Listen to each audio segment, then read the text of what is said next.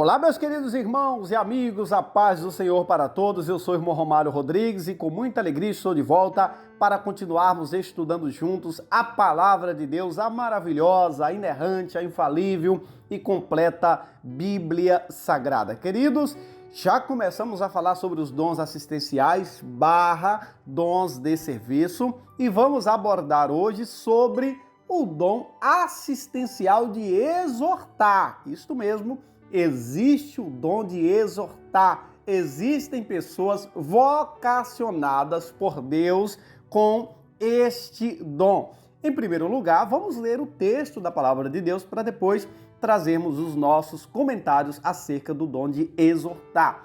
Romanos capítulo 12 tem sido o nosso texto base, versículos 7 e 8. Hoje vamos começar a falar sobre o versículo 8, que nos diz: ou o que exorta, use esse dom em exortar. Então Paulo deixa aqui claro, explícito, que existe o dom de exortar. E ele traz aqui uma recomendação, que aqueles que têm esse dom, use. E essa recomendação não serve só para o dom de exortar, serve para todos os outros dons. Nós não podemos ser engavetadores de dons. Todos nós, quando aceitamos a Cristo, recebemos pelo menos um dom.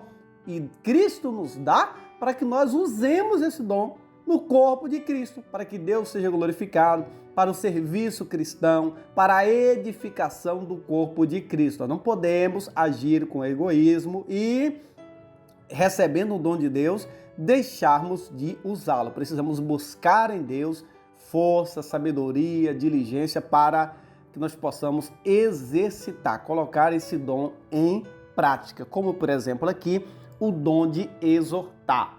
Bom, em primeiro lugar, vamos falar sobre a etimologia, sobre a raiz, o significado de exortar. Infelizmente, o significado dessa palavra tem sido distorcido. Esta é a realidade. Veja o que significa a palavra exortar. A palavra exortar significa animar, estimular, encorajar, fortalecer, incentivar. É isso que significa exortar.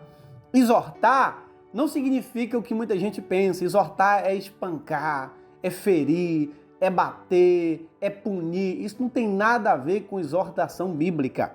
As pessoas que são chamadas por Deus para exortar, que têm esse dom de exortar, elas são chamadas para isso, para animar, para estimular, para encorajar, para fortalecer, incentivar espiritualmente e também em outras áreas as pessoas, e não para espancar, para bater, para punir, para ferir, de forma nenhuma. Infelizmente, queridos, muitos termos, muitas palavras têm tido o seu significado distorcido, como, por exemplo, o significado a representatividade de cajado na Bíblia Sagrada. Muitas pessoas dizem, olha, fulano só prega cajado, e eles pensam que cajado é descer a madeira nas pessoas, é espancar, é punir, é agredir. Não.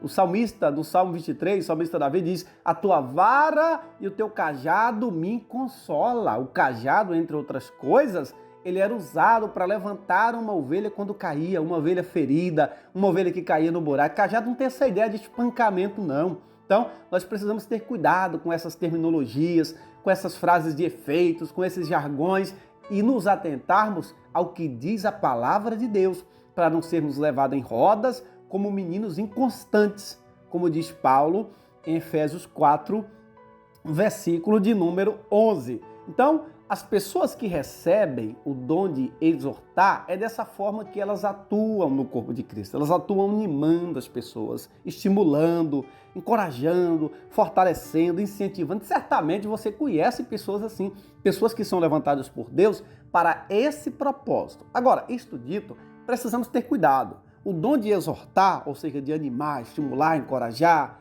incentivar, fortalecer, nós precisamos ter cuidado e entender que esse dom não se trata de mensagens de autoajuda, não se trata de, entre aspas, teologia coaching, teologia da autoajuda, teologia do evangelho egocêntrico. Não, queridos, de maneira nenhuma.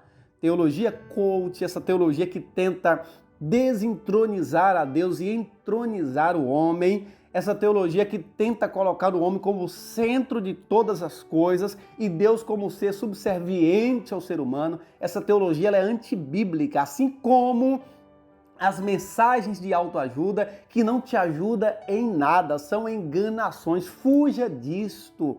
Fuja disso, nós precisamos de ajuda do alto e não de autoajuda. Nós não precisamos de evangelho egocêntrico, de mensagens que inflam o ego do ser humano, de mensagens que só dizem aquilo que as pessoas querem ouvir e não que elas precisam ouvir definitivamente. Não, não. De maneira nenhuma. O que nós precisamos é da palavra de Deus e daquilo que tem base da palavra de Deus e não a confronta. Paulo, por exemplo, e Cristo, quando eles queriam animar, encorajar as pessoas, eles não usavam mensagem de autoajuda.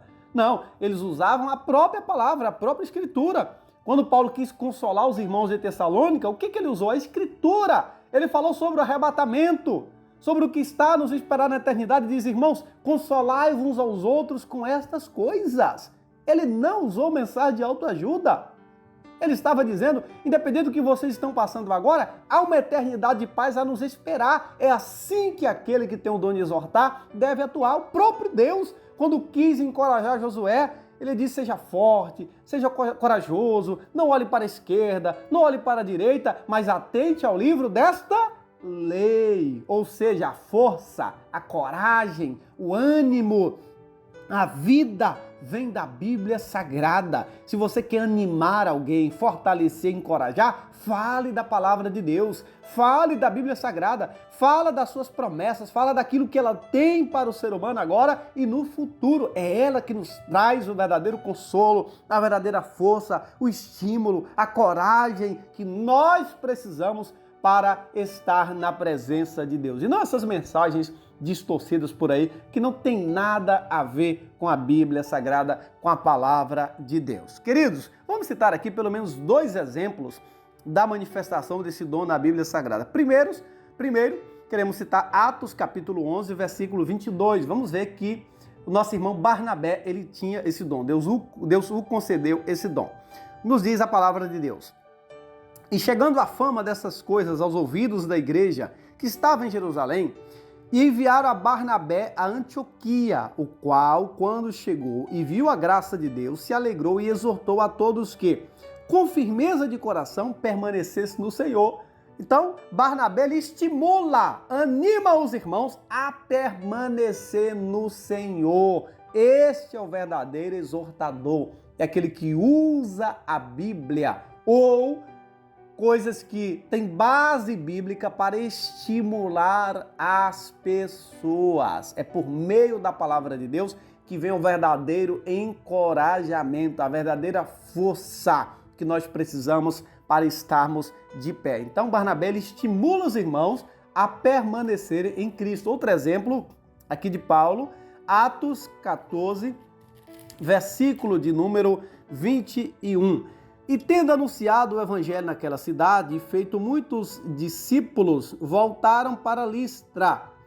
E Paulo aqui estava com outras pessoas, Icônio e Antioquia, confirmando o ânimo dos discípulos, exortando-os a permanecer da fé, pois que por muitas tribulações nos importa entrar no reino de Deus. Paulo estava exortando, encorajando os irmãos, dizendo para eles, olha, é dessa forma, nós vamos passar por muitas tribulações. O próprio Paulo vai dizer que aqueles que querem servir a Deus fielmente padecerão perseguições. Então Paulo, ele anima esses irmãos, ele estimula esses irmãos usando o quê? A própria Bíblia Sagrada.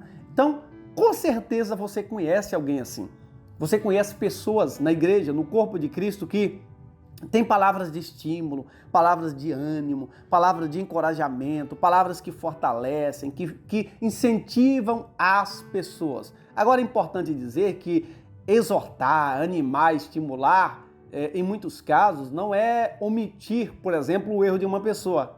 Uma pessoa falhou, infelizmente, como todos nós falhamos e somos pecadores. Para animar essa pessoa, eu não posso falar a verdade para ela. Para animar essa pessoa, eu não posso ali, com muita sabedoria, confrontá-la com o que diz a Bíblia.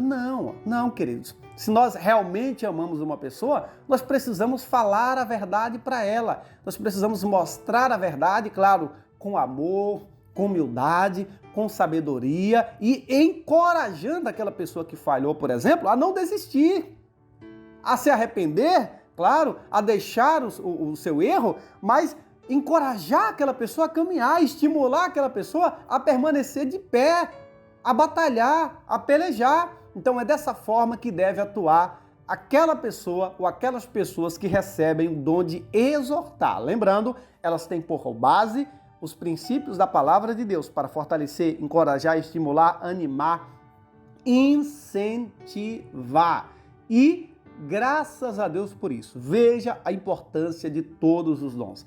Todos eles são importantes. Todos os cristãos, de alguma forma, em algum momento da sua vida, eles precisarão ser encorajados, ser estimulados, ser animados, ser fortalecidos, ser incentivados pelos princípios da palavra de Deus. E Deus levantou pessoas assim no corpo de Cristo, com essa habilidade espiritual dada por Deus. Louvemos a Deus por esse dom. Graças a Deus por esse dom. Graças a Deus pelo seu cuidado, pelo seu amor, pela sua misericórdia para com as nossas vidas. Temos como exemplo o próprio Deus, que animava as pessoas, que encorajava as pessoas, que estimulava as pessoas, falando a verdade para elas, como tem que ser dita, mas com amor, com o carinho que Deus tem por cada um de nós, com a sua misericórdia e sempre pautado naquilo que Ele mesmo determinou na sua palavra. Então, o exortador, ele não deve se desvencilhar do que diz a palavra de Deus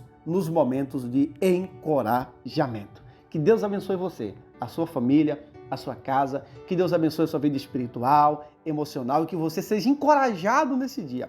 Como diz o próprio Paulo, que a nossa leve e momentânea tribulação não há de se comparar com o peso de glória que está a nos esperar. Chegará o momento em que toda a nossa peleja acabará e nós estaremos na eternidade com Cristo, porque Ele disse que iria, mas que viria para nos buscar. E graças a Deus por isso.